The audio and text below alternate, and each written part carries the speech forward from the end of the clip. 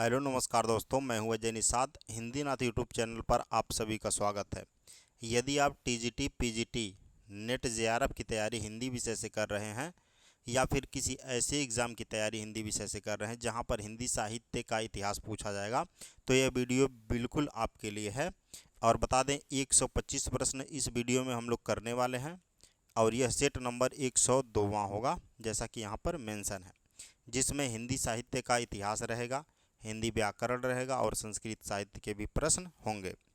हमेशा की तरह 4 विकल्प इसमें होंगे, जैसा कि आपके सिलेबस में भी है। 125 प्रश्न, तो अब जहाँ पर ज़रूरत होगा वहाँ पर विकल्पों का व्याख्या करेंगे, प्रश्न का व्याख्या करेंगे, एक्सप्लेन भी इसको करने वाले हम लोग।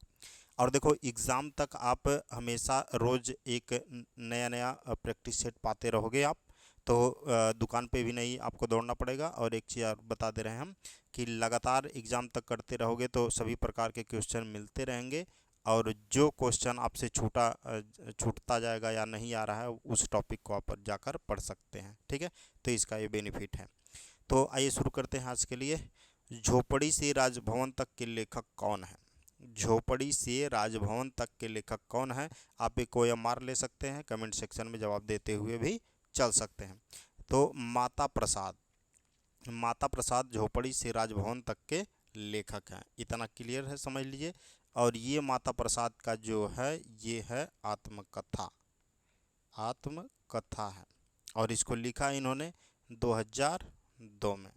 ऐसे ही मोहन दास नवीसराय हैं, इन्होंने लिखा अपने अपने अपने अपने पिंजरे नाम से लिखा, इन्होंने अपने अपने पिंजरे नाम से लिखा। ऐसे सूरजपाल सिंह चौहान का है तिरस्कृत, पिछले क्लास में आया था। तिरस्कृत है, और एक संतप्त है, संतप्त इनकी आत्मकथा है। क्लियर, इतना जान गए आप। चलिए आगे। अच्छा, यहाँ पे कमल भारती हैं, इनका आत्मकथा हमको नहीं मिला, लेकिन कमल भारती के बारे में अगर आप जान लीजिए, ये एक दलित लेखक हैं। क्या है? दलित लेखक है। कौन? कुमल भारती दलित लेखक हैं। इनकी किताबें बहुत सारी हैं, जैसे जाति का विनाश है, RSS और बहुजन की चिंता है। ऐसे डॉक्टर अम्बेडकर बौद्ध क्यों बने, अंधकार में ज्योति है, दलित धर्म की अवधारणा है, संत रैदास एक विश्लेषण, ऐसे करके हैं। धम्म विजय भी इनकी रचना है। ठिठुरता हुआ गणतंत्र किसकी रचना है? ठिठुरता हुआ गणतंत्र जो है, यह रचना हरिशंकर परसाई की है। किसकी है भाई? हरिशंकर परसाई की है। और देखिए, हरिशंकर परसाई एक व्यंग्यकार हैं, व्यंग्यकार हैं हरिशंकर परसाई। विकलांग श्रद्धा का दौर, पगडंडियों का जमाना, सदाचार का तावीज, प्रेमचंद की फटे जूती इनकी रचनाएं हैं। यहाँ पर ठिठुरता हुआ गणतंत्र हरिशंकर परसाई की रचना है, इतना कम से कम पता होना चाहिए। निम्नलिखित में से कौन सा युग्म असंगत है? असंगत को पहले मार्क करिएगा। असंगत यहाँ पे सन्यासी इलाचंद जोशी की रचना है क्या? सन्यासी इलाचंद जोशी की रचना है, जी हाँ बिल्कुल है। इलाचंद बसंती भीष्म साहनी की रचना है, हाँ है। हमारा मसीहा विष्णु प्रभाकर का है, ये तो हम बचपन से पढ़ते आ रहे हैं। चित्रलेखा, क्या चित्रलेखा भगवती प्रसाद वाजपेयी की रचना है? बिल्कुल नहीं, भगवती प्रसाद वाजपेयी का नहीं है। चित्रलेखा जो है ये भगवती चरण वर्मा का है, भगवती चरण वर्मा का। ठीक है, तो विकल्प डी वाला यहाँ पर सही होगा। देखिए, निम्नलिखित में से कौन सा विकल्प सुमेलित नहीं है? देखिए यहाँ पे नहीं आ गया, इसको देख लीजिए आप। यहाँ पर दिया है श्यामा स्वप्न। श्यामा स्वप्न डॉक्टर जगमोहन सिंह का है, बिल्कुल है। आश्चर्य वृतांत क्या पंडित अंबिका दत्त व्यास का है? बिल्कुल हाँ है। 100 अजान एक सुजान, 100 अजान एक सुजान, ये देवदत्त का न होकर के बालकृष्ण भट्ट का है, बालकृष्ण भट्ट का है। एक अजान 100 सुजान, 100 अजान एक सुजान। विधवा विपत्ति, विधवा विपत्ति राधाचरण गोस्वामी का है। किसका है? राधाचरण गोस्वामी का। तो यहाँ पर विकल्प सी वाला दोस्त सही होगा मेरे। प्रकाशन काल की दृष्टि से सही अनुक्रम बताइए। प्रकाशन काल की दृष्टि से देखना है। देखिए, चित्रलेखा 1934 में, सन्यासी 1941 में है, इलाचंद जोशी द्वारा लिखित है। निर्मला 1927 में और न आने वाला कल 1968 में है। तो इसी अनुरूप देख लीजिए सबसे पहले कौन आएगा, निर्मला आएगा, और विकल्प बी वाला यहाँ पर दोस्त सही होने वाला है। यहाँ पर चित्रलेखा के रचनाकार भगवती चरण वर्मा है, सन्यासी इलाचंद जोशी का है, निर्मला मुंशी प्रेमचंद का, और न आने वाला कल जो है यह मोहन राकेश का है। मोहन राकेश की रचना है। इनमें से डॉक्टर नागेंद्र की कौन सी पुस्तक साहित्य अकादमी से पुरस्कृत हुई? कौन सी पुस्तक है? रस सिद्धांत है। डॉक्टर नागेंद्र का रस सिद्धांत है जिसे साहित्य अकादमी पुरस्कार प्राप्त हुआ। तो विकल्प बी यहाँ पर सही है। और कब? 1965 में। ठीक है, 1965 में। अच्छा, यहाँ पर आस्था के चरण, विचार और अनुभूति भी इन्हीं की रचनाएं हैं। विक्रमोर्वशीय की मूल कथा नामक निबंध के लेखक कौन है? चंद्रधर शर्मा गुलेरी हैं। कौन है? चंद्रधर शर्मा गुलेरी विक्रमोर्वशीय की मूल कथा नामक निबंध के लेखक। संपत्ति शास्त्र के लेखक कौन है? संपत्ति शास्त्र जो है यह महावीर प्रसाद द्विवेदी की रचना है। किसका है? महावीर प्रसाद द्विवेदी की रचना है। इन्होंने बहुत सारी रचना, जैसे रसज्ञ रंजन याद कर लीजिए, अतीत स्मृति याद कर लीजिए, साहित्य सीकर याद कर लीजिए, सरस्वती पत्रिका के संपादन भी ये रहे। तो इंदर सभा के लेखक कौन है? इंदर सभा उर्दू नाटक है, एक उर्दू का पहला नाटकीय कृति से माना जाता है। उर्दू का पहला नाटकीय कृत माना जाता है। किसे? इंदर सभा के। और इसके रचनाकार हैं आगा हसन अमानत। आगा हसन अमानत है। कुमार, यह मृत्यु और निर्वासन का सुख तुम अकेले ही लो, ऐसा नहीं हो सकता, किस नाटक की पंक्ति हैं? यह नाटक है ध्रुवस्वामिनी। जयशंकर प्रसाद द्वारा यह लिखित है। उन्होंने अनमेजय का नागयज्ञ भी लिखा, एक घूंट लिखा, ये सब रहे उनकी रचना। विजय देवनारायण शाही का काव्य संग्रह है। विजय नारायण शाही का जो है काव्य संग्रह, तो वो उसका नाम अगर बात करें हम लोग तो है मछली घर। कौन सा है? मछली घर है विजय देवनारायण शाही का। साखी भी है, संवाद भी है। इनकी अगर अन्य रचनाओं की बात कर लें, अगर एक पूछा है तो अन्य भी पूछ सकता है। साखी है, संवाद तुमसे, आवाज हमारी,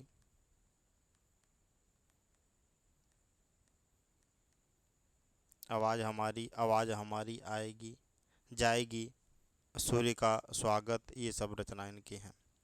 इनमें से कौन सी रचना पौराणिक कथा पर आधारित नहीं है? पौराणिक कथा पर आधारित कौन सी रचना नहीं है? अमन का राग। अमन का राग पौराणिक पर आधारित नहीं है। यहाँ पर था जो सूर्य का स्वागत, ये है दुष्यंत कुमार का, इतना याद रहे।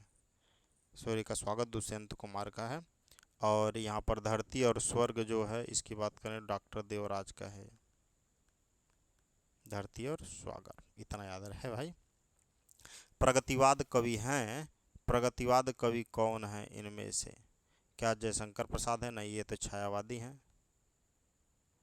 और मुक्तिबोध हैं कि केदारनाथ अग्रवाल हैं, या फिर हरिवंश राय बच्चन है? केदारनाथ अग्रवाल इसमें जो है ये प्रगतिवादी लेखक हैं, केदारनाथ अग्रवाल। अपूर्वा इनकी रचना है। युग की गंगा है, बोलो बोल अबोल, नींद के बादल है, फूल नहीं रंग बोलते हैं, ये भी रचना है। दुख की पिछली रजनी बीच विशकता सुख का नवल प्रभात किस काव्य कृति का प्रबोध काव्य है? ये है जो वो कामायनी का है, जयशंकर प्रसाद द्वारा रचित है। इसमें 15 सर्ग हैं। इसमें 15 सर्ग हैं। क्लियर?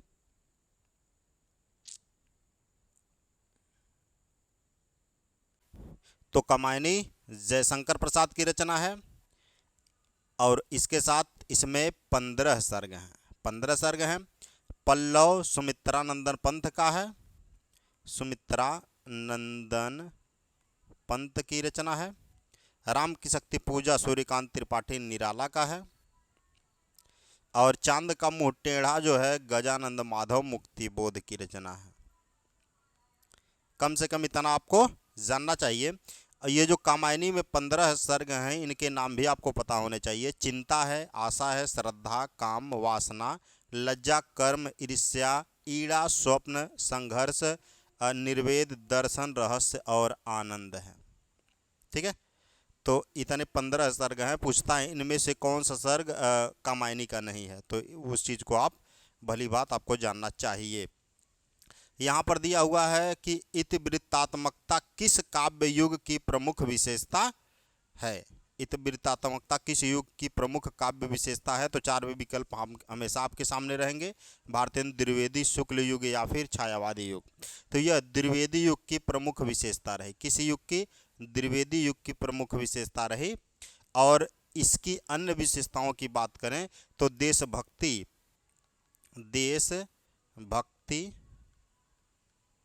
या राष्ट्र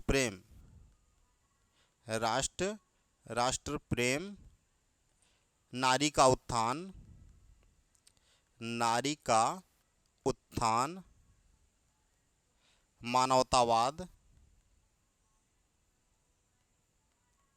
मानवतावाद, सामाजिक समस्याओं का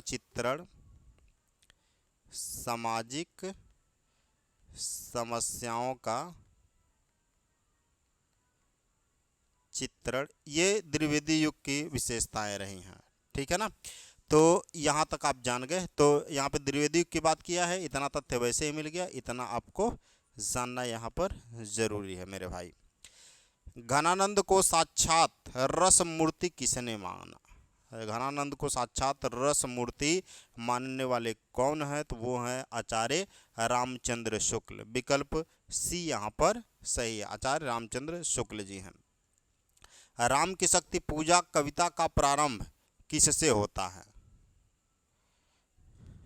राम की शक्ति पूजा का प्रारंभ किससे होता है, तो बता दें हम आपको, रावण राम के प्रखर युद्ध के वर्णन से होता है। राम की शक्ति पूजा कविता का प्रारंभ है।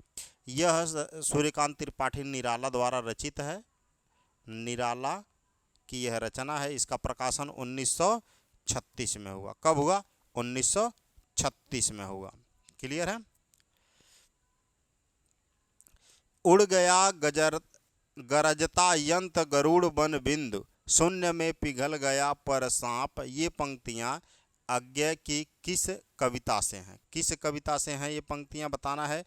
पहचान कविता का नाम है, सांप है, हरी घास पर क्षण भर है, या फिर हवाई अड्डे पर विदा है।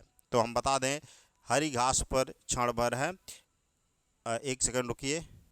पहचान, सांप और हरी घास पर क्षण भर, हवाई अड्डे पर विदा। यहाँ पर हरी घास पर क्षण भर नहीं है।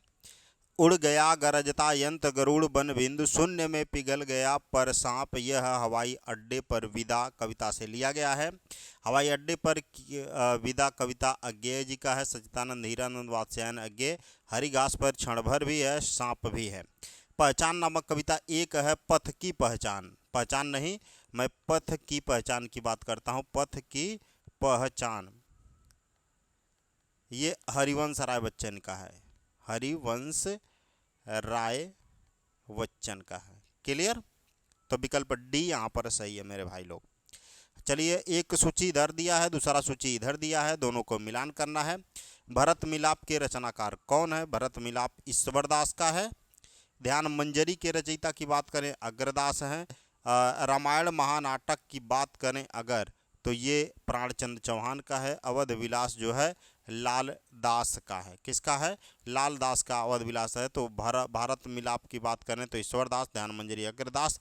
रामायण महानाटक प्राणचंद्र चौहान, अवध विलास की बात करें अगर तो लालदास। तो पहले का दूसरे के साथ किसमें या तो ये सही होगा या तो डी सही होगा, और दूसरे का पहले के साथ ए डी दोनों सही हो रहा है यहाँ पर। और तीसरे का पाँचवें चौथे के साथ, तो विकल्प ए वाला यहाँ पर सही हो जाएगा। इस तरह मिलान कर लीजिएगा। परमात्म प्रकाश के रचनाकार कौन है? परमात्म प्रकाश के रचनाकार की अगर बात करें तो चार विकल्प हमेशा आपके सामने मिलेंगे, और यहाँ पर राम सिंह है क्या, श्याम सुंदर दास, हेमचंद में, और भारतेंदु हरिश्चंद्र। यहाँ पे देखिए क्या क्या ऑप्शन में आ गया है। यहाँ पर ऑप्शन जो परमात्मा प्रकाश है, इसके लेखक की अगर हम लोग बात करें परमात्मा प्रकाश के, तो योगिंद्र बोलते हैं, योगिंद्र, या फिर इनको जोइंद्र बोलते हैं।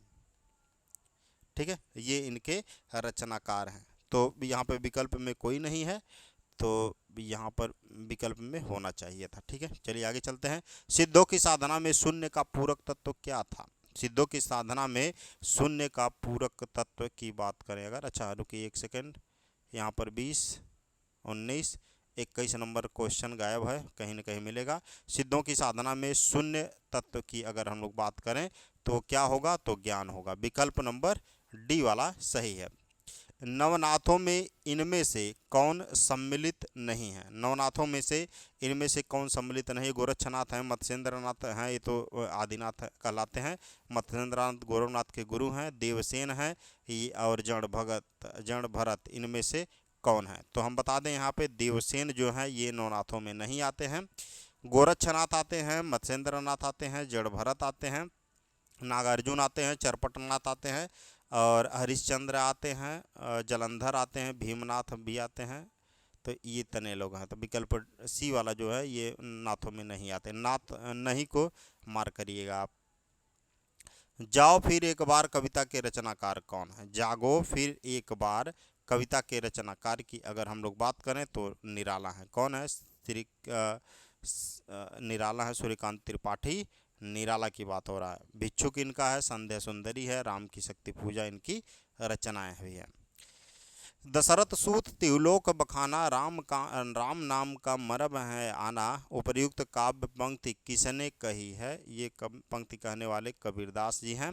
विकल्प सी सही है। ठीक है, कबीरदास जी इसके कहने वाले हैं। और रीत काल में कवित सवैये के साथ और क्या लिखे गए हैं? रीत काल में कवित सवैये के साथ और क्या लिखे गए हैं? तो दोहे लिखे गए हैं। विकल्प सी सही है मेरे भाई। हस्तक्षेप का शुद्ध शब्द बताइए। हस्तक्षेप का शुद्ध शब्द लिख लीजिए। हस्तक्षेप होता है, तो यहाँ पर लिखिए विकल्प किस में मिल रहा है? शायद सी वाले में मिलेगा। निम्नलिखित में से वर्तनी की दृष्टि से शुद्ध शब्द, शुद्ध की बात किया है, शब्द का चयन करें। पूजनीय गलत है, पहला वाला पूजनीय होता है। ठीक है, पूजनीय छोटी का बड़ी का मात्रा यहाँ पर रहेगी। ठीक है, और जो पूरा रहेगा पूजनीय लिखा जाएगा तो। और उज्ज्वल में जो है डबल ज रहेगा, तो पूरा लिख के देखते हैं यार। देखो पूजनीय इस तरह से रहता है। पूजनीय की अगर हम लोग बात कर लें तो ठीक है, इतना तो समझ गए होंगे। और उसके बाद हम लोग बात करें उज्ज्वल, तो उज्ज्वल इस तरह से लिखा जाएगा आपको। और एक बात किया ज्योत्सना, तो ज्यो आधा त आधा स ना, ज्योत्सना हो गया।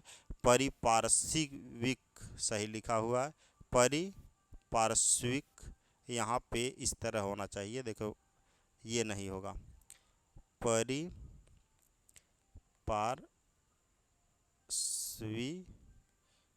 इस तरह से होगा। क्लियर?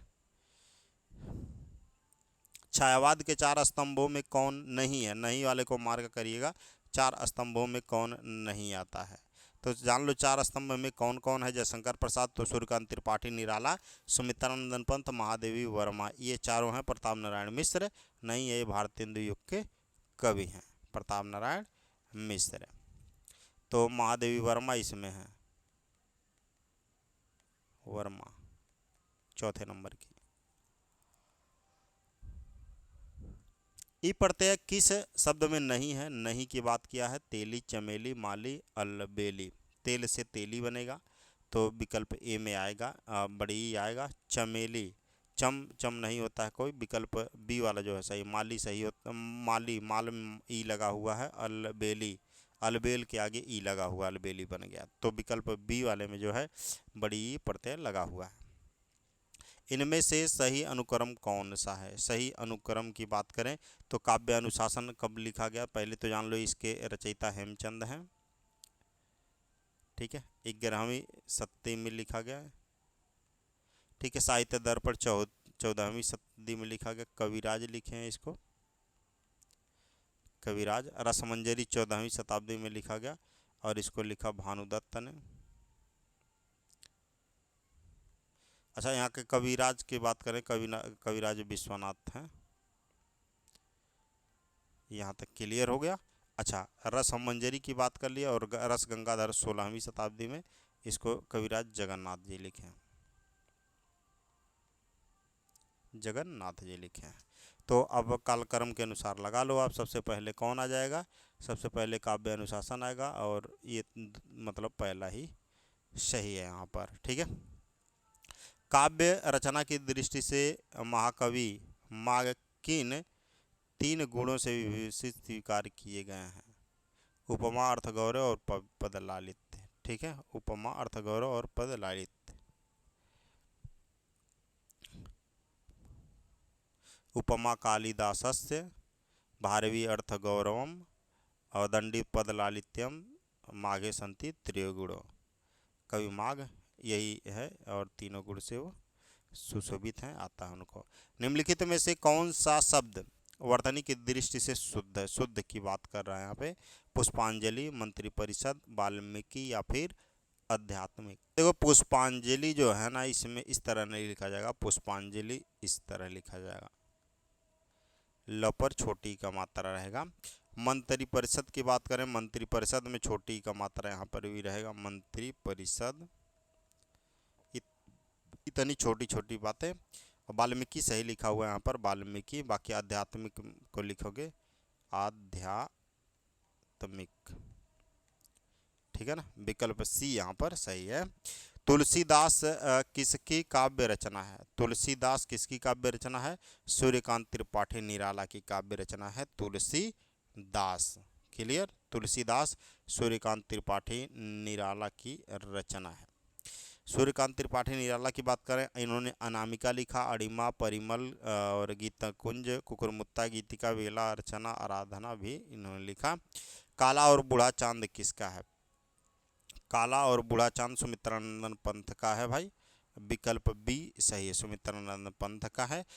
इन्होंने छाया लिखा, ज्योत्सना, युग, पुरुष, मधुवन, अतिमा लिखा, शिल्पी, रजत लिखा, ये सब चीज़ लिखा। चितंबरा, परिवर्तन, युगांत, ग्राम्या, ये सब रचनाएं भी सुमित्रानंदन पंथ ने की।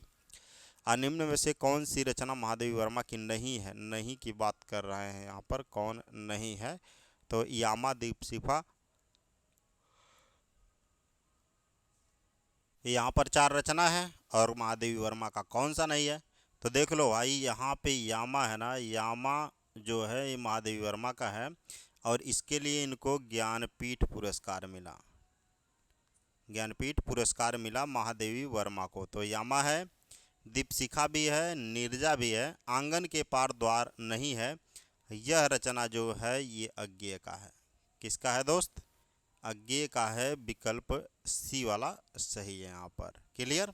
चलिए, जयशंकर प्रसाद की किस कृति को पहले ब्रजभाषा में तथा बाद में खड़ी बोली में रूपांतरित कर दिया गया?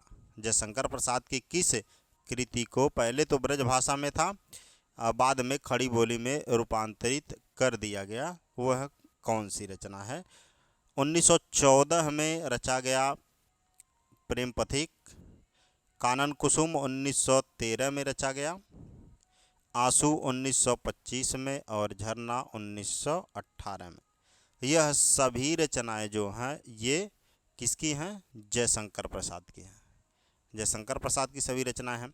और प्रेम पथिक एक ऐसी रचना है जो पहले ब्रजभाषा में था, उसे बाद में खड़ी बोली में रूपांतरित कर दिया गया। प्रकाशन वर्ष के अनुसार महादेवी वर्मा की निम्नलिखित रचनाओं का सही अनुक्रम बताइए। देखिए, निहार जो है 1930 में और 1942 में दीपशिखा, नीरजा 1924 में और 1932 में रश्मि। तो सबसे पहले कौन आ जाएगा? 1924 नीरजा। अब किस में है? निहार। निहार 1930 है। नीरजा, रुकिए एक सेकेंड, नीरजा 1924। तो यहाँ पे देखो ये नीरजा जो है 1924 ने 1934 है। तो निहार जो है 1930 पहले आ जाएगा, उसके बाद 34 वाला आएगा नीरजा, नहीं 32 वाला रश्मि आएगा, उसके बाद नीरजा, फिर दीपशिखा। तो ये कहाँ मिलेगा? विकल्प डी में मिलेगा आपको। क्लियर? निम्नलिखित में से कौन सा भारतेंदु का मौलिक नाटक नहीं है? भारतेंदु का मौलिक नाटक इनमें से कौन सा नहीं है? प्रेम जोगिनी, विषम विषस्य विषमौषधम, चंद्रावली या फिर पाखंड विडंबन, कौन सा नहीं है? तो बता दें पाखंड विडंबन ये जो है यह अनुदित नाटक है।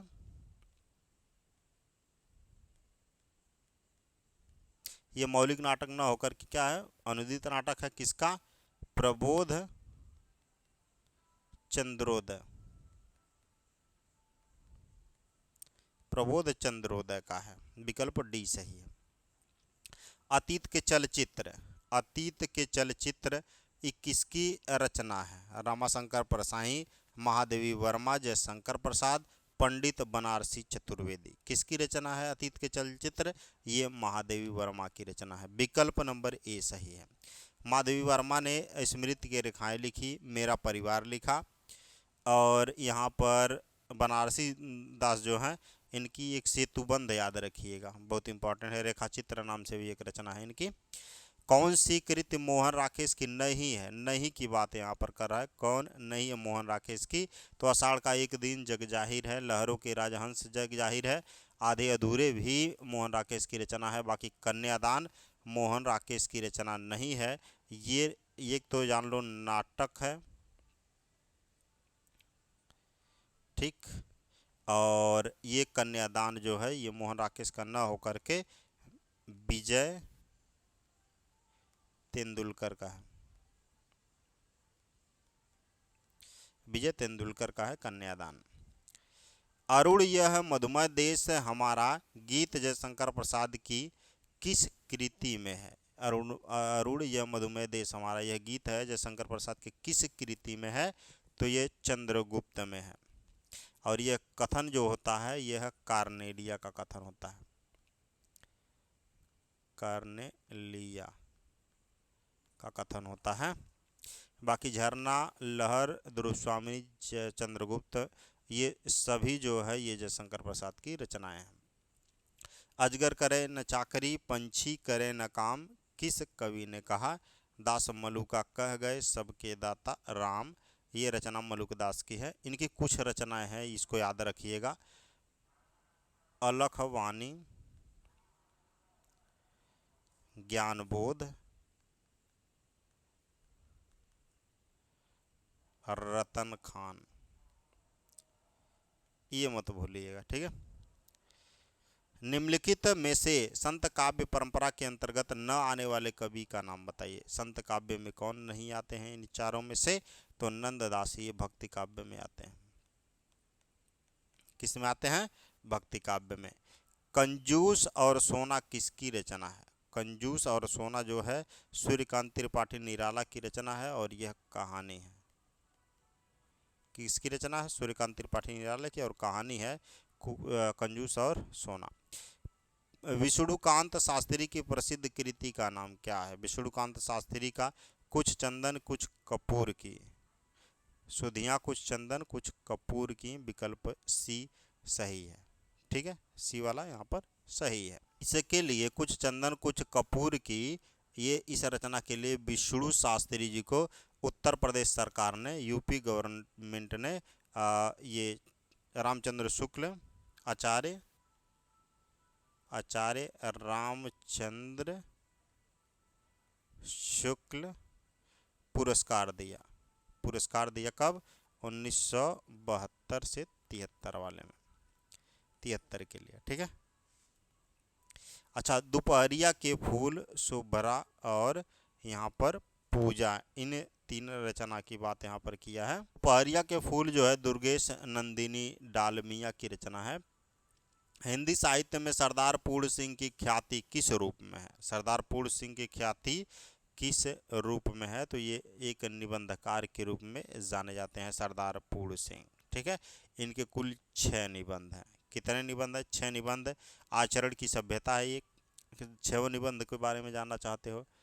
आचरण की सभ्यता, एक रचना यह है। सच्ची वीरता है, सच्ची वीरता, मजदूरी और प्रेम, और प्रेम, पवित्रता, पवित्रता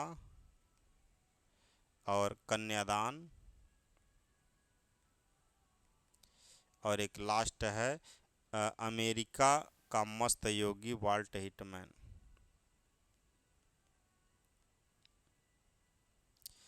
का मस्त योगी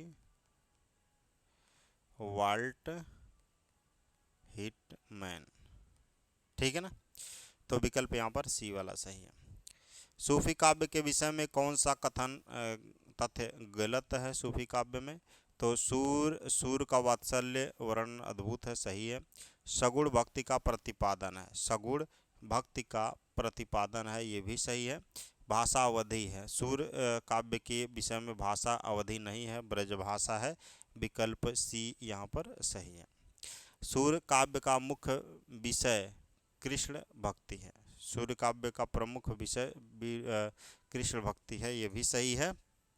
और जुगमान चरित्र नामक ग्रंथ के रचनाकार कौन है? ये है कृष्णदास। कौन है भाई? कृष्णदास है।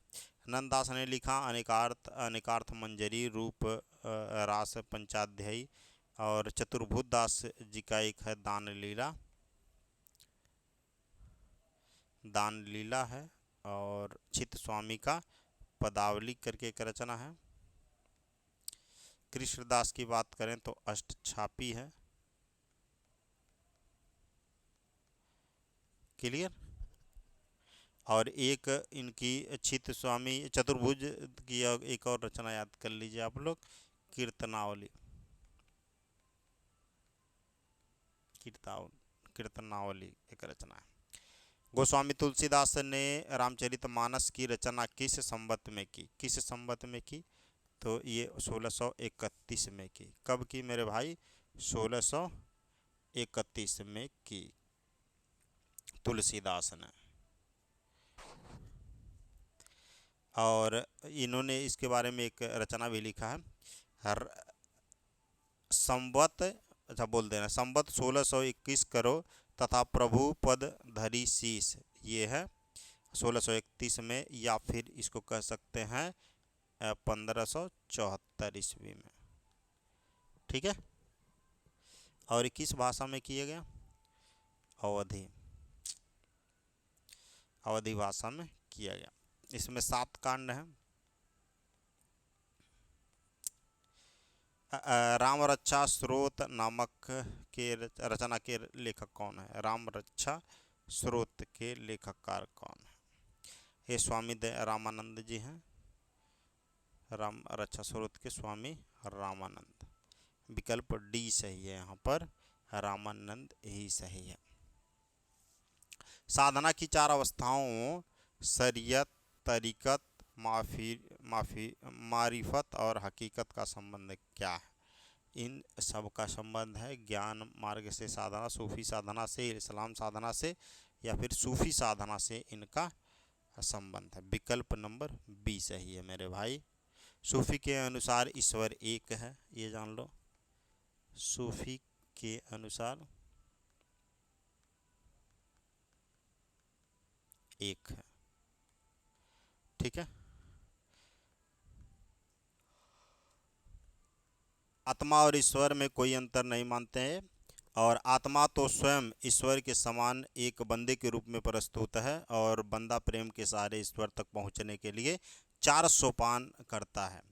ये सूफी मत के अनुसार है। वो 4 सोपान की बात करें तो शरीयत, तरीयत, मारिफत और हकीकत है, और ये सूफी साधना से संबंधित है। आचार्य रामचंद्र शुक्ल ने किस ग्रंथ को सूफी काव्य पद्धति का अंतिम ग्रंथ माना? सूफी काव्य पद्धति का अंतिम ग्रंथ इन्होंने किसको माना है? यूसुफ, जुलेखा, पद्मावत, मृगावती या फिर इंद्रावती, इनमें से किसको माना है? तो उन्होंने माना है इंद्रावती को। इंद्रावती के रचनाकार नूर मोहम्मद हैं। नूर मोहम्मद हैं। और हाँ, मृगावती कुतुबन हैं। पद्मावत जायसी और यूसुफ जुलेखा ये शाह मोहम्मद शगीर। ठीक है, ये विकल्प डी सही है। यहाँ पर माटी की मूर्तें विधा किसकी है? माटी की मूर्तें सबसे पहले जान लीजिए राम वृक्ष बेनीपुरी की रचना है।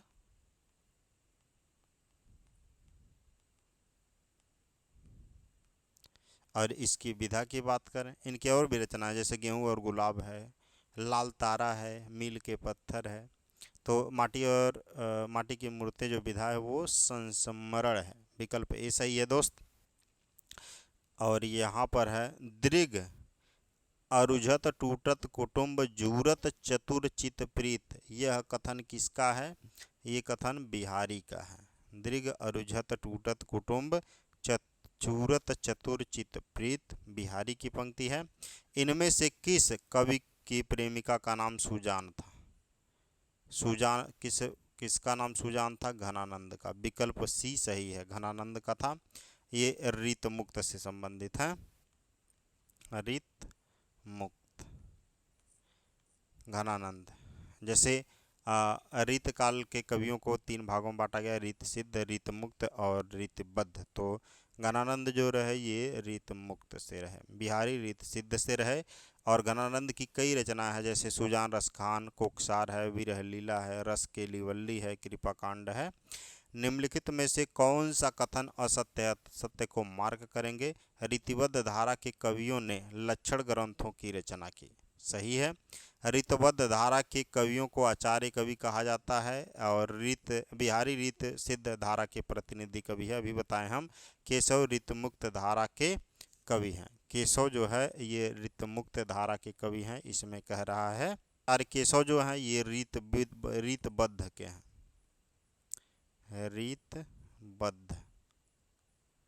रीतबद्ध धारा के कवि हैं। अच्छा, सभी के हम बता दें। रीतमुक्त के कवियों की बात करें, अगर रीत मुक्त, घनानंद, बोधा, ठाकुर, आलम भी हैं। ये रीत काल के अंतर्गत रीत मुक्त के हैं, रीत मुक्त में।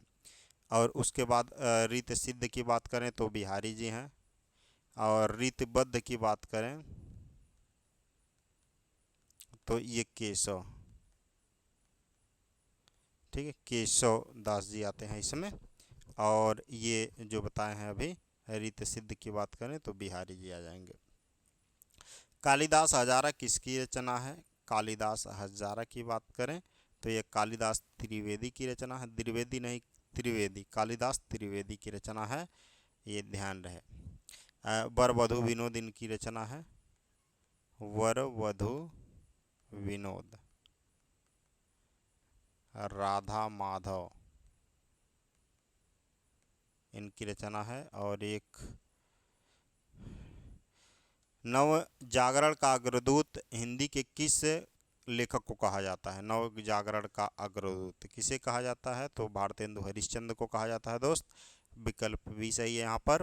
भारतेंदु हरिश्चंद्र द्वारा संपादित पत्रिका का नाम बताइए। भारतेंदु हरिश्चंद्र ने किसका संपादन किया? बाल बोधनी का किया। विकल्प ए सही है, 1974 में। ठीक है।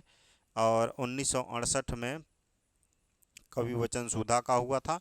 1973 में हरिश्चंद्र मैगनीज का हुआ था। 1974 में बाल बोधनी जो भी बता रहे हैं हुआ था। ठीक है, तो विकल्प सही है। हिंदी नवरत्न के लेखक कौन है? हिंदी नवरत्न के लेखक मिश्र बंधु हैं। कौन है भाई? मिश्र बंधु हैं। और महावीर प्रसाद द्विवेदी ने सरस्वती। प्रताप नारायण मिश्र ने ब्राह्मण पत्रिका का संपादन किया। हिंदी साहित्य का आधा इतिहास सुमन राजे ने लिखा। किसने लिखा? 2003 में लिखा। मैं तुरंत आंसर बता के गलती तो नहीं कर रहा हूँ, तेज़ी से चलना है और आपको इतना जानना चाहिए। आप नहीं जान रहे हैं तो अपने OMR में टिक कर दीजिए, नहीं जान रहे थे, और यहाँ पर आपको कन्फ्यूजन नहीं होगा, पढ़ के सीधा सीधा आपको पता चल जाएगा। आंग्ल भाषा में लिखा गया हिंदी साहित्य का इतिहास, स्केच ऑफ हिंदी लिटरेचर के लेखक कौन हैं? स्केच ऑफ हिंदी लिटरेचर के लेखक की बात करें तो पादरी एडविन ग्रिव्स हैं।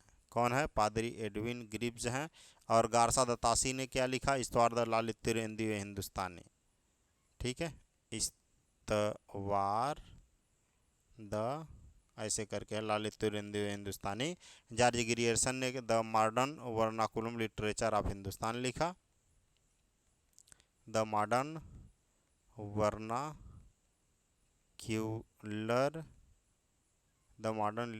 वर्नाक्यूलर लिटरेचर ऑफ हिंदुस्तान,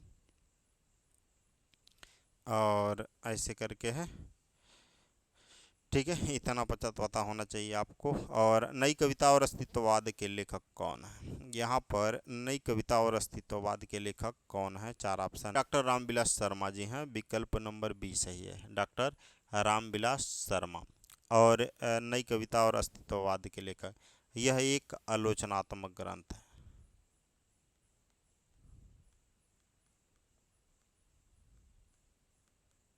यह एक कैसा है? आलोचनात्मक ग्रंथ है। कौन? नई कविता और अस्तित्ववाद के लेखक, अस्तित्ववाद। ठीक है, तो विकल्प भी सही था। अपभ्रंश प्रभावित हिंदी रचना कौन सी है? अपभ्रंश से जो प्रभावित है हिंदी रचना वह कौन सी है? तो बता दें हम आपको, भरतेश्वर बाहुबली रास है ये, भरतेश्वर बाहुबली रास, शालिभद्र सूरी की रचना है ये, शालिभद्र सूरी की रचना है। 1184 में यह रचित है, 205 छंद हैं इसमें। ठीक है ना। इनकी एक रचना और है, बुद्धि रास के नाम से जाना जाता है, चंदन रास है, नेमिनाथ रास है, बसंत विलास है। ये अपभ्रंश मुक्त रचनाएं हैं। आचार्य रामचंद्र शुक्ल के अनुसार निम्नांकित में से कौन सी रचना तुलसी की है? तुलसी की रचना इनमें से कौन सी है बताना है दोस्त। तो वैरवी रामायण है, विकल्प बी सही है, वैरवी रामायण। यह अवधी भाषा में है और वैरवी छंद है इसमें। ठीक है। आला और उदल नामक 2 वीर सरदारों की वीरतापूर्ण लड़ाई का वर्णन कहाँ मिलता है? यह वर्णन जो है ये मिलता है परमाल रासों में। यह विकल्प ए सही है, ये जगनिक की रचना है, 1230 में रचा गया शायद, तो जगनिक की रचना हो गई। अपभ्रंश का वाल्मीकि किसे कहा जाता है? ये कहा जाता है स्वयंभू को, पौमचेरी उन्होंने लिखा।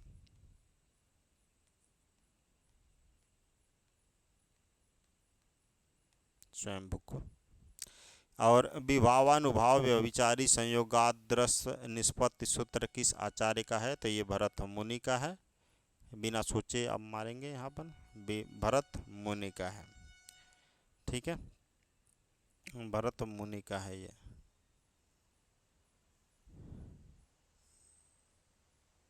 रस से संबंधित सूत्र भरत मुनि का है। इसमें विभाव अनुभाव संचारी भाव के संयोग से रस की निष्पत्ति होती है, यही इसका अर्थ है। सतपुड़ा के जंगल किसकी रचना है? सतपुड़ा के जंगल की बात करें तो भवानी प्रसाद मिश्र की रचना है, विकल्प ए सही है। गीत फरोश भी है, बुनी हुई रस्सी भी इन्हीं की है। खुशबू के शिलालेख है, गांधी पंचसती है, अंतर्गत नीली एक रेखा कालजयी है, त्रिकाल संध्या भी है। ये कई रचनाएं हैं। नई कविता के प्रमुख प्रवृत्ति कौन सी है? प्रमुख प्रवृत्ति की बात करें नई कविता में तो कौन सी है? उन्मुक्तता है, विकल्प बी सही है, उन्मुक्तता। संसद से सड़क तक के लेखक धूमिल जी हैं, विकल्प बी सही है, धूमिल है संसद से सड़क तक के लेखक।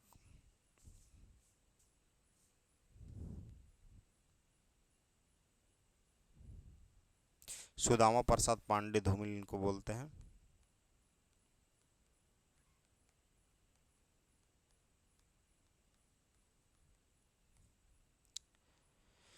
नरेश मेहता को ज्ञानपीठ पुरस्कार किस रचना के लिए प्राप्त हुआ था? नरेश मेहता को इनको संपूर्ण रचना क्रम के लिए प्राप्त हुआ था 1993 में।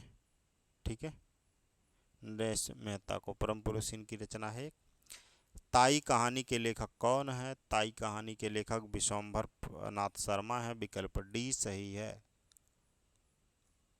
सुदर्शन का एक है हार की जीत। ठीक ना। अरुण और मधुलिका किस कहानी के पात्र हैं? अरुण और मधुलिका की बात करें, पुरस्कार कहानी के पात्र हैं, विकल्प डी सही है। निम्नलिखित में से मैथिली सरलगुप्त की कौन सी रचना नायिका भेद नहीं है? नायिका भेद रचना इनमें से कौन नहीं है?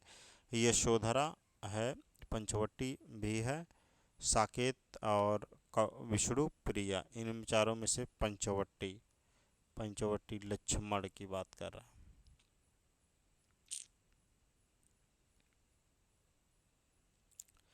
और मैथिली सरलगुप्त ने इतिहास के उपेक्षित नारी पात्र को निम्न पुस्तक में प्रतिष्ठित किया है। वह पुस्तक का कौन सा नाम है उस पुस्तक का? तो वह साकेत है, विकल्प डी सही है। ईलाचंद जोशी के उपन्यास जहाज का पंछी को किस श्रेणी में रखा गया है? ईलाचंद जोशी के उपन्यास जहाज का पंछी को किस श्रेणी में रखा गया है? तो यहाँ पर रखा गया है आत्मकथात्मक श्रेणी के अंतर्गत, विकल्प डी सही है। दहेज और बेमेल विवाह की समस्या प्रेमचंद ने अपने किस उपन्यास में उठाई है? ये तो बात समझ गए होंगे, दहेज और बेमेल विवाह की समस्या की बात हो रहा है। सेवा सदन, मंगलसूत्र, प्रतिज्ञा और निर्मला, ये चारों रचनाएं जो हैं ये तो पहले जान लो प्रेमचंद की हैं। और उसमें से सेवा सदन जो है ये वैश्या जीवन पर आधारित है, पूछा गया है कई बार, वैश्या जीवन पर आधारित है।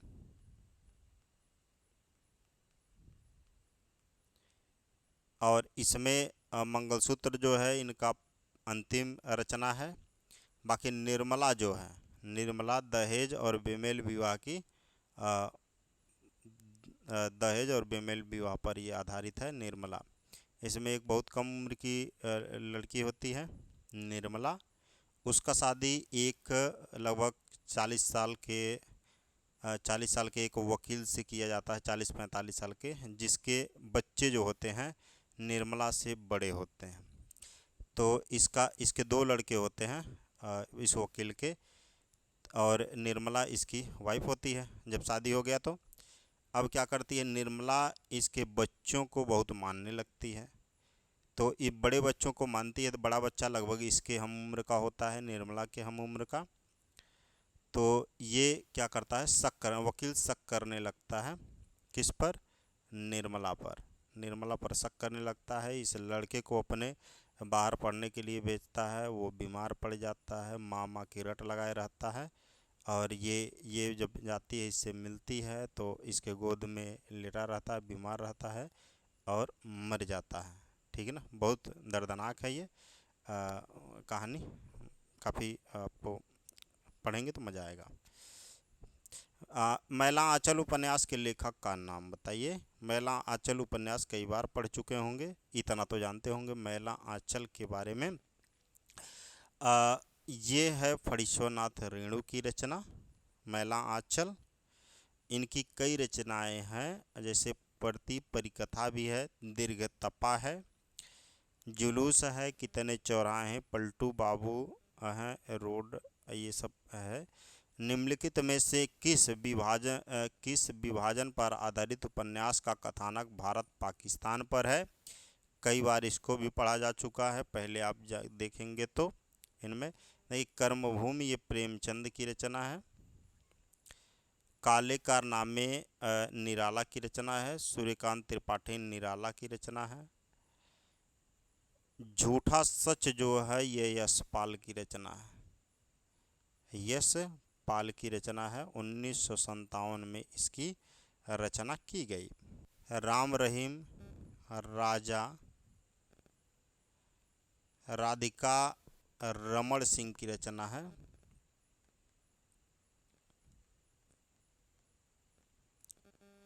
रमण सिंह की रचना है।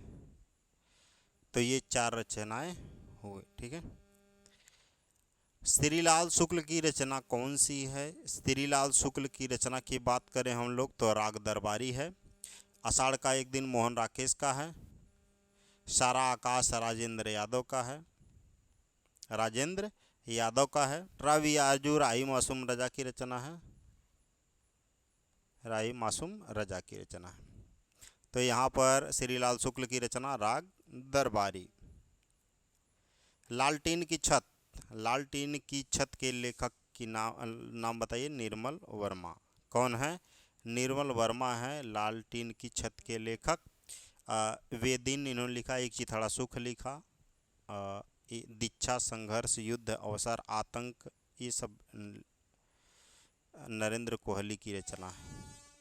और वो जो थे मैं बताए वे दिन एक चिथड़ा सुख निर्मल वर्मा की रचना।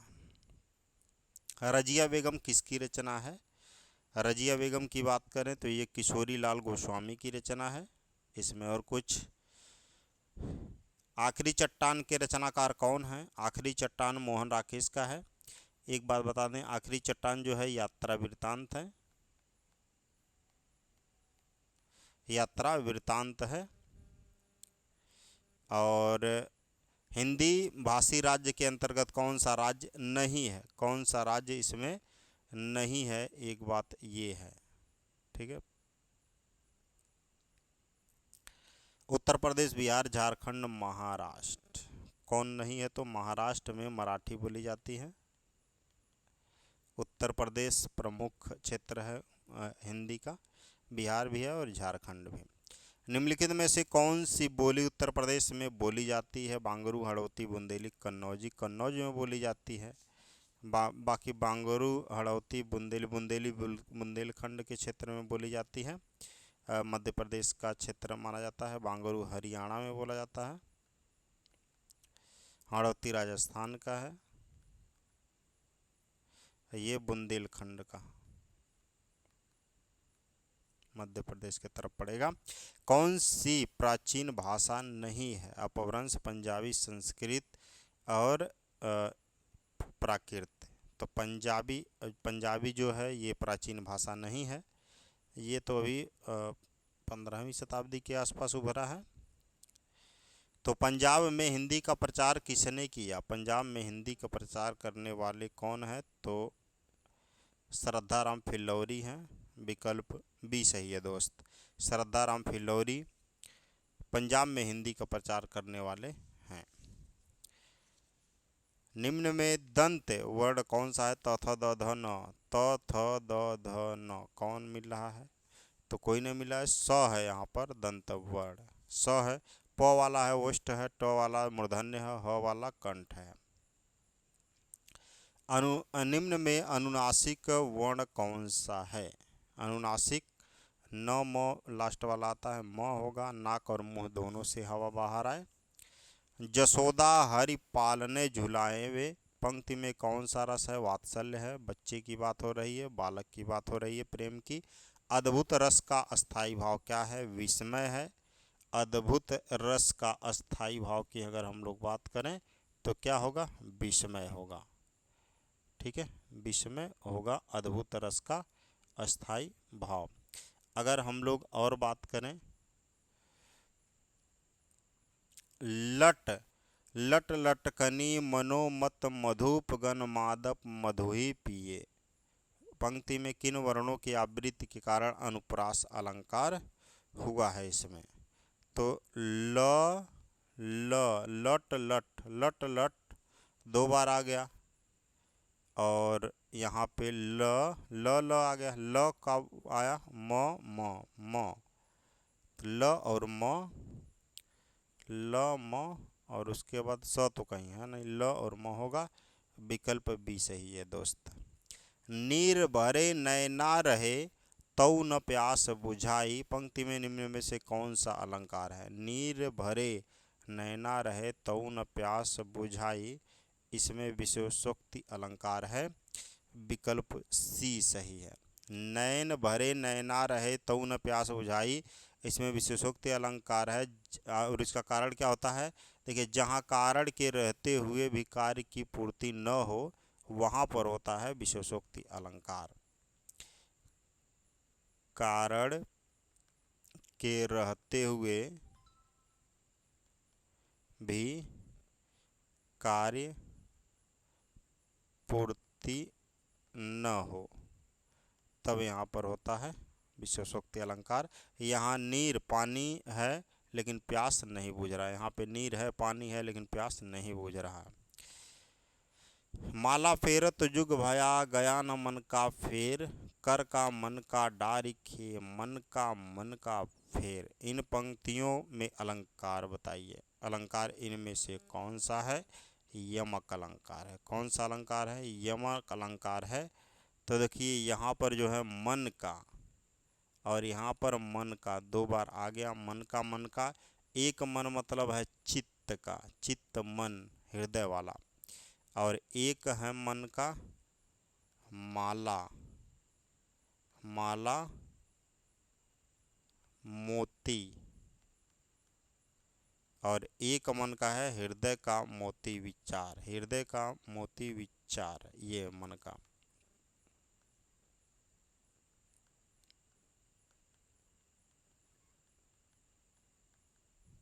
ठीक है। कुंडलीय छंद में होता है दोहा और रोला होता है। दो, अगर नहीं जान रहे हैं तो देखो, दो ऊ, रो, रो, रोला, रोला और दोहा में कुंडलीय छंद में ये दोनों छंद मिलकर बने होते हैं। सोरठा के प्रथम चरण में कितनी मात्राएं होती हैं? दोहा का उल्टा होता है, तो प्रथम चरण में इसके मात्राओं की संख्या 11 होती है और दूसरे और चौथे चरण में 13 मात्रा होती है। मत गयंद में कितने वर्ण होते हैं? मंत गयंद में वर्णों की संख्या 23 होती है। विकल्प सी सही है। कौन सा सही है? विकल्प सी सही है। छंद में 7 भगण, मयंत गण छंद में 7 भगण, 2 गुरु, गुरु के क्रम में 23 वर्ण होते हैं। कितने वर्ण?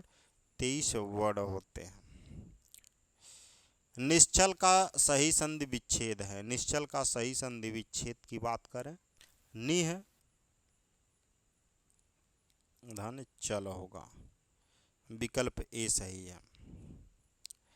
सुक्ति का सही संधि विच्छेद क्या करिए? सुक्ति का सही संधि विच्छेद सुक्त सुधन उक्ति होगा। विकल्प ए सही है। इसमें दीर्घ स्वर संधि है।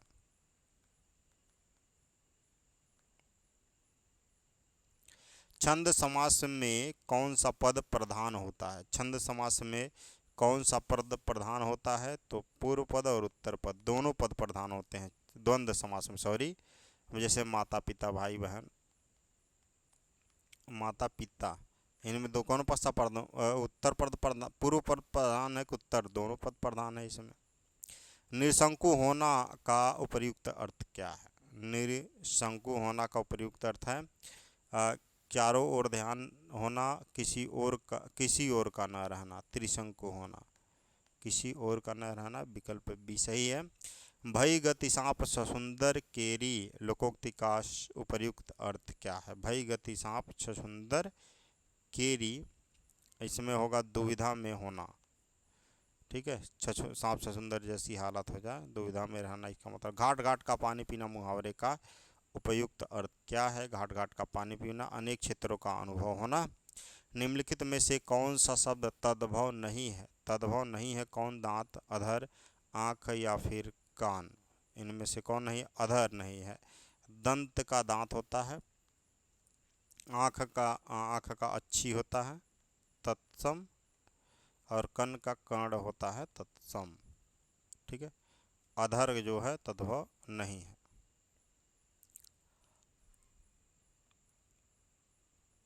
लिखित में से कौन सा शब्द तत्सम नहीं है भाई? तत्सम कौन सा इसमें से नहीं है? तो घृष्ट, पृष्ठ, पानीप या फिर पंख, इनमें से कौन सा सही नहीं है? यहाँ पर देखो ये पानीप लिखा है ना, पानीप ये शब्द नहीं है, पानीय होता है। पानी का तत्सम क्या होता है? पानीय होता है। तो विकल्प सी वाला सही हो जाएगा, घृष्ट, पृष्ठ, पंख, ये सब तत्सम है, बाकी पानी होगा तत्सम। निम्नलिखित में से कौन सा शब्द तत्सम नहीं है? यहाँ पर भी आ गया, कौन सा शब्द तत्सम नहीं है? तो उर्वर, कोंकण, उलझन या फिर कोण, कौन सा नहीं है? उलझन जो है ये तत्सम नहीं है, विकल्प सी सही है। उलझन का तत्सम जो होगा, बाकी उर्वर, कोंकण और कोण तत्सम है, उलझन का उल्लझन होगा। ठीक है। वह शाम को घर जाएगा वाक्य में वृत्ति के अर्थ का कौन सा भेद है? वह शाम को घर जाएगा, इसमें निश्चयार्थ है, शाम को घर जाएगा। वह भोजन बनाता है वाक्य में कौन सा पक्ष है? वह भोजन बनाता है, इसमें कौन सा पक्ष है? आवृत्ति मूलक है, विकल्प ए सही है। से के द्वारा किस कारक का परसर्ग है? से के द्वारा जो परसर्ग है एक करण का है। मैंने पेन से लिखा, मैंने पेन के द्वारा लिखा। सर्वदा एक वचन में रहने वाला शब्द कौन सा है? एक वचन में रहने वाला है जनता। वधु, उस, पिता नहीं, जनता एक वचन में रहने वाला शब्द है। अपने जीवन पर स्वयं लिखी कथा वाक्यांश के लिए एक शब्द क्या होगा? वह आत्मकथा होगा, विकल्प डी सही है। रेखा चित्र चित्रण प्रधान होता है, संस्मरण विचरण प्रधान होता है।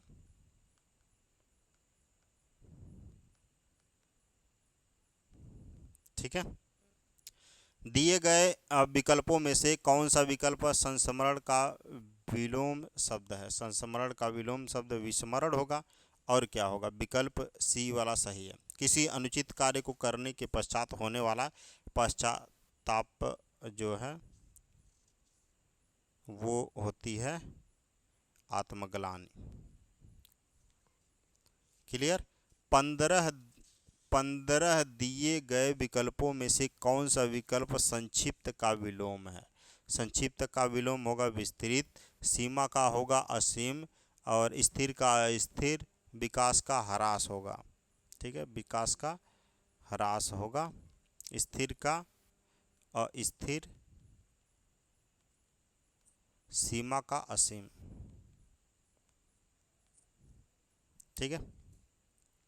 समानार्थी शब्द के आधार पर यमुना शब्द के लिए उचित समूह को चुनिए। यमुना मतलब कालिंदी होता है, कृष्णा होता है, सुरेशुता होता है, विकल्प बी सही है। सह अपश्यत का हिंदी में अनुवाद करिए, सह उसने, अपश्यत मतलब देखा, विकल्प सी सही है।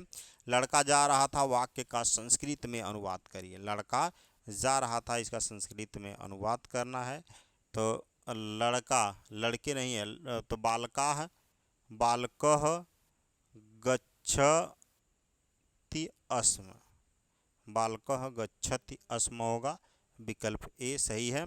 किरातार्जुनीयम किसकी रचना है? यह भारवी की रचना है, विकल्प ए सही है, भारवी की रचना है। यह वीर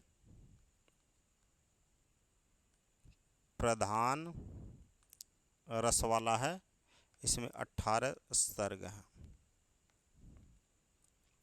आत्मनेपदी धातु नहीं है, आत्मनेपदी धातु नहीं है। हु आत्मनेपदी धातु नहीं है, विकल्प डी सही है।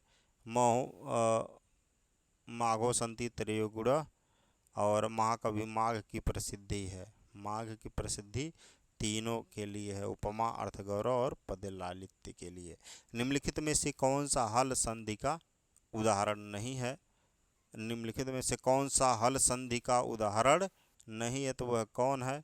शिवोवंद, शिवोवंद है विकल्प सी सही है। इसमें व्यंजन संधि है। वद कत्वा रूप बनेगा, वद कत्वा रूप जो बनेगा उदित्वा बनेगा, विकल्प सी सही हो रहा है। और शुद्ध वाक्य पहचानना है यहाँ पर। शुद्ध वाक्य कौन होगा? विद्यालयस्य परितः वृक्षा सन्ति, विद्यालयेन परितः शिक्षा सन्ति, विद्यालयं परितः शिक्षा सन्ति, विकल्प नंबर सी सही है। परितः मतलब चारों ओर होता है। और वध्याम रूप बनेगा, वध्याम रूप बनेगा सप्तमी एक वचन में, सप्तमी एक वचन में रूप बनेगा वध्याम का। ठीक है, तो छूटा नहीं ना कोई। शुद्ध वाक्य विद्यालय परितः वृक्षा सन्ति।